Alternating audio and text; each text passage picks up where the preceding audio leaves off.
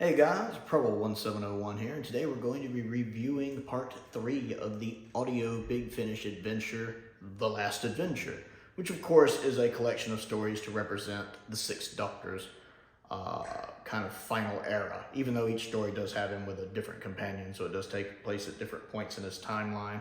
But we're on part 3 of 4, which is called Stage Fright. And it's a wonderful box set. This was actually sent to me by one of my subscribers and one of my patrons, Unknown Don't Trust Numbers. It was kind of the Big Finish story I'd been wanting to listen to, and he got me this wonderful limited edition set of it, and I've been enjoying it thoroughly. If you've seen my reviews for part 1 and 2, and you can find my review for part 1 up here, if I remember to put it up there. I really enjoyed part 1, and I really enjoyed part 2. Part 3 is also very good. It might be my least favorite of the 3, but that's like saying Android Invasion is my least favorite of Season 13. It's still great. All of Season 13 is good. So you kind of have that here as well, where all 3 stories have been really good. This one's a little more straightforward than the others. The first 2 had a lot of really neat ideas that I really enjoyed. And this one does too, but it's not quite as, that's an original idea, as they are, while still doing some neat stuff. The first thing I have to talk about is Michael Jaston as, I think it's Michael Jaston, isn't that it? Him as the Valley Yard in this, he is phenomenal. His voice work in this story really makes this story. I cannot overstate just how good he is in this, because this is the first one in the box set where he's really playing a main part. I mean, he's been kind of pulling the strings in all of them, but he just kind of showed up as a cameo at the end of part 1, where he had a very cool conversation with the Master. That was a great scene. And then in part 2, he's kind of a supporting player. He's got a more active role than in part 1, but he's still not in it a whole lot, but he's in key moments. Whereas in part 3, he is front and center in this. He is one of the main characters in this one. He's really taking a very out in the open role in this. He's making sure the Doctor knows who his antagonist is in this. He goes out of his way so the Sixth Doctor knows it's the Valley Yard he's up against here. And I like that, again, because Michael Jason's voice is just so good. That laugh of his, he has this really creepy, wicked laugh he can do, which he also did in Trial of a Time Lord, but it's also really good here. It's neat because he has such a sinister voice, but he can also be very charismatic. So it has a charisma to it, even though it's also sinister. A lot like JLBWHO actually could do with the Master, and I like that. Colin, of course, is good. Colin's always good. His voice work is very good here. This is the first time I've heard an adventure with Flip, I think is her name. Flip, the companion is traveling with her. I'm not familiar with her. I liked her. The voice actress playing her does a really good job. I enjoy her personality as a character. I like the fact she has stage fright, because the way the Doctor talks, she doesn't have like an evil bone in her body, and he didn't think she feared anything, but she does have some stage fright, which she overcomes late in the story. That was pretty neat. I enjoy her in this. Seems a bit headstrong. I like that. Kind of reminds me of Jo in that regard, the way she just chases off after him in one scene. I like having Jago and Lightfoot back from Talons, because they are great. It's nice to see the voice actors come back and reprise their roles. For them, I know they did a series of big audio adventures together about their adventures together. I know one of them has passed away since. But I think it's great to have them back. I always liked them as a pair, because they're so different. Jago and Lightfoot are just so drastically different characters, but the fact they get on as well as they do, and they make kind of good, partners fighting crime, so to speak, kind of a dynamic duo. I like that. That works.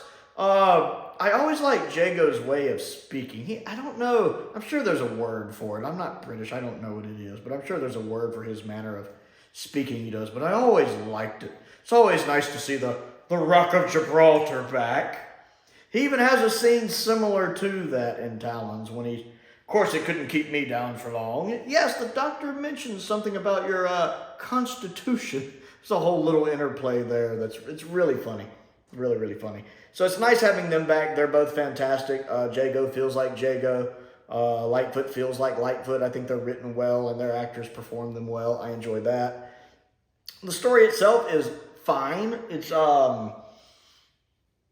It's a little complicated. It's like the Master's trying to siphon off the Doctor's negative energy. I guess I'm getting into spoilers if you haven't listened to it or if you plan on listening to it. I like the way it uses the knowledge of the Valeyard being so far ahead on the Doctor's timeline. He has memories of the Doctor, like he remembers all of the Doctor's deaths, and is utilizing this as he sets himself up as a playwright, and he's luring in these young actors to their deaths by having them perform scenes of the Doctor's various regenerations, early regenerations, previous, before Sixth Doctor. And that he's using that moment of when he's supposed to regenerate as he's acting out the play to drain them of their emotions, which kills them and leaves them as like centuries-old husks. Pretty interesting. It's kind of sad some of them meet that fate, but it's interesting. It's a little more straightforward because the first two have some pretty cool out there stuff that happens, like reverse werewolves and stuff like that. That was pretty cool. This one is more straightforward, but I like the Victorian setting. I enjoy getting to spend time with Jago and Lightfoot. I like the the barmaid that's in it, the one that serves them like the beer. I like it. She has that pretty, how you doing today, love? How you doing, governor? She has that, I don't know if that's a Yorkshire accent. I don't quite know that high-pitched nasal accent she has. But I like it. I don't know why. It just seemed very fitting for that stereotypical barmaid. What can I get for you, love? It works, and the actress does a really good job doing it. I like that. And how she kind of gets drawn in a little more to the story later as the Valeyard tries to use her and Jago in a scene at the end to recreate the third Doctor's death. I love when the Valeyard and Michael Chaston, as the Valeyard, is like acting the Doctor's death when he's doing those scenes when he's supposed to be the Doctor dying, because he does it in this voice that's like, it's like the Valeyard is mocking the Doctor. It's like he's mocking. The way he's saying the lines is like he's trying to be a dramatic actor, but he's doing this in this mocking tone, like he's also making fun of the Doctor, and like he's making fun of those moments.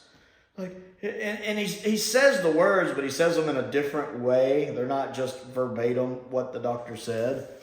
It's really interesting, and I think it's good acting on Michael's part that he's able to convey that kind of little bit of mocking tone in it. I really enjoyed it. It's a really good story. I've been enjoying The Last Adventure so far. Only one more story to go, The Brink of Death. But I really like this one. Probably my least favorite of the three, but again, it's like trying to pick a least favorite from season 13. It's all been really good stories so far. So, Stage Fright. Have you listened to it? What do you think of it? And how does it stack up to the rest of The Last Adventure? Comment down below and let me know. Other things to do, click the like button and the subscribe button and the bell for notifications so you never miss out on another video. I also have a patron. Matter of fact, the person who sent this, Unknown Don't Trust Numbers, is also one of my patrons. If you like what I do and would like to contribute to what I do, because that does help me keep bills paid, there is a link to that down in the description below with several different tiers to choose from. If you would take just a moment and check that out, see if there's anything that interests you. I also have a P.O. box if there's anything you would like to send me, just as, again, this was sent to me. Anything you want me to look at and review, I would certainly appreciate that. That's down in the description, as is a link to my Amazon wish list, which I update regularly as well. I want to give a shout out to some of my top tier patrons, Colin Coney, Dr. Finn Perkins, and Stephen Crane. I appreciate their support, as I do the support of all of my patrons. And most importantly, thank you for watching.